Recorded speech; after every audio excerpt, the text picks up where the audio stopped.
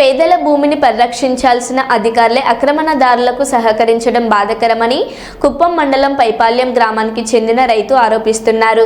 తమ గ్రామ పంచాయతీ పరిధిలో దశాబ్ద కాలం నాటి క్రితమే తమ తండ్రి వేరొకరి వద్ద కొంత పొలం కొనడం జరిగిందని, అయితే గతంలో ప్రభుత్వం చేపట్టిన రీసర్వేలో భాగంగా తమకు ముందస్తు సమాచారం ఇవ్వకుండా రీసర్వే నిర్వహించి 65 సెంట్లు మిగులు భూమిని గుర్తించడం జరిగిందన్నారు. ఈ భూమి సైతం తమకు భూమి విక్రయించిన వారి పేరు మీద ఉందని, ఈ భూమి తమకే చెందుతుందని, అయితే తమ గ్రామ రెవెన్యూ సిబ్బంది అక్రమంగా తమ పంచాయతీకి సంబంధం లేని వ్యక్తుల పేర్లపై మిగులు భూమిని రికార్డులో నమోదు చేసినట్టు ఆరోపించారు. ఈ విషయమై ఇదివరకే జిల్లా జాయింట్ కలెక్టర్ను కలవడం జరిగిందని, వారి సూచనల మేరకే కుప్పం ఆర్డీఓని సంప్రదించినట్లు తెలిపారు.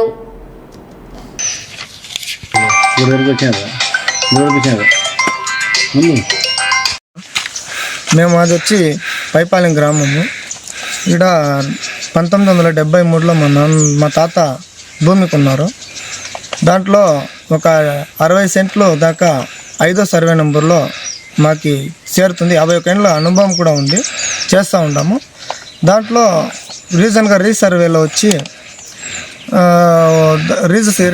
వచ్చి వాళ్ళు సండే టైంలో వచ్చి రీసర్వేలు చేయించుకొని మా చుట్టుపక్కల ఉండే వాళ్ళని కూడా అడగలేదు, ఉన్నట్టుండి వాళ్ళ పేరు మీద రాయించుకొని టకామని రాయించుకొనేసి వాళ్ళ పేరు మీద ఎక్కించుకొని కొడుకులకే బాగాలేదు. మునిసిద్ధ వానగుడ్లపల్లికి చెందిన మునిసిద్ధప్ప కుమారుడు కృష్ణప్ప అనే అతను కొడుకులకే బాగాలేదు, కూతురు పైన రాసేసినాడు.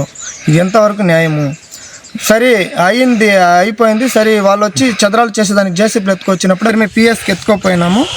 ఆడిపోతే 20వ తారీఖు వెంటిలేటర్ పైనే చికిత్స పొందుతున్నారు. 20వ తారీఖు సాయంత్రం 4:30కి కన్ను మూశారు. మా నాన్నకి న్యాయం జరగాలి, మా నాన్న చావు కారణమైన వాళ్ళని ఉద్యోగం ఇంకా పీకేయాలి. ప్లస్ ఇలాంటి దౌర్భాగ్య స్థితి ఒక్కరికి ఎవరికి జరగకూడదు. ఈరోజు మా నాన్న మా మధ్యలో లేదు, వెలకట్టలేని ప్రాణం వదులుకున్నాం మేము.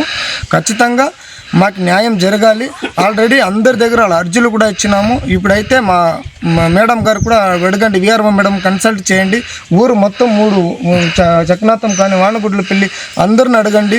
మా 51 ఏళ్ళుగా మా భూమిలో మేము ఉన్నామని ఎవరున్నా లేదు, వాళ్ళది లేదని చెప్పేసి మేము వదిలేస్తాము.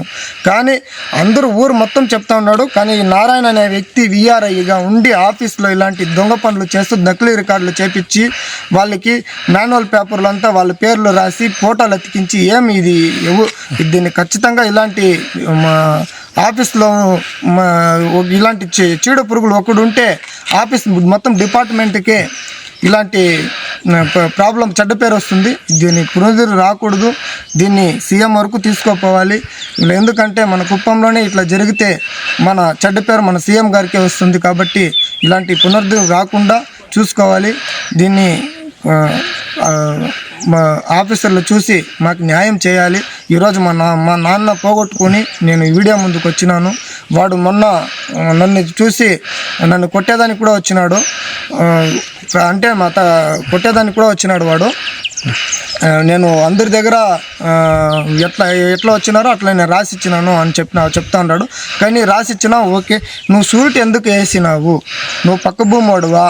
నీకు తెలియదు అంత మాత్రం. 50 ఏళ్ళ అనుభవం ఉన్నారు, వీళ్ళు ఉన్నారని నీకు తెలియదు అంత మాత్రం. నువ్వు చక్నాథంలోనే పుట్టినావు, నీకు తెలియదు అంత మాత్రం అని వీఆర్ గారిని షూటిగా ఒక ప్రశ్న అడుగుతూ ఉంటాను. ఇది న్యాయమా అని అడిగిన దానికి నువ్వు ఏం చేసుకుంటావు చేసుకోరా, మా నాన్నకి చావు కారణమైంది వాడే, వాడిని శిక్షించాలి, వానికి శిక్ష పడాలి, వాని ఉద్యోగం కూడా పీకేయాలి సార్కు అనేసి నేను ఇంకొకసారి ఆర్డీఓ సార్ గారికి తిరిగా ఎండిఓ సార్ గారిని కూడా చేతులెత్తి మొక్కుకుంటాను. ఈరోజు మా నాన్న పోగొట్టుకుంటాను, నాకు న్యాయం చేయండి సార్. నిజంగా మా మధ్యలో మా నాన్న లేదు, నాకు దండగా ఉన్నా మా నాన్న లేదు. ఇప్పుడు మీరే నాకు న్యాయం చేయాలి. 3 నెలలుగా మేము తిరిగినాము ఆఫీసులకి, కానీ మాకు న్యాయం జరగలేదు. ఇప్పుడు ఈ నారాయణ అనే వ్యక్తి వల్ల ఈరోజు మా నాన్న చనిపోయినాడు. ఖచ్చితంగా మాకు న్యాయం చేస్తారనేసి నేను ఈ వీడియో ముందుకు వచ్చినాను. మీరు న్యాయం తీసుకోవాలి సార్. అదే కాకుండా పోలీస్ స్టేషన్లో కూడా కంప్లైంట్ ఇచ్చినాం సార్. అప్పుడు ఊరు పెద్దోళ్ళని పిలిపించి మాట్లాడండి అని చెప్తే ఊరు పెద్దోళ్ళంతా నేను తోడుకొచ్చినాను. కానీ మునిసిద్ధప్ప కుమారుడు కృష్ణప్ప అనే ఆయన రాలేదు. ఎందుకంటే ఊరిలో ఉండేవాళ్ళు ఇప్పుడు గవర్నమెంట్ ఆఫీసర్లు తెలీదు ఎవరెవరు ఎన్ని ఏళ్ళుగా ఈ భూమి పైన ఎన్ని ఏళ్ళుగా అనుభవంలో ఉన్నారనేసి, ఎంజాయ్మెంట్లో ఉన్నారనేసి గవర్నమెంట్ ఆఫీసర్లకు తెలీదు. ఊరు మొత్తం తెలుసు, ఊరందరికి ప్రజలకు తెలుసు. అందువల్ల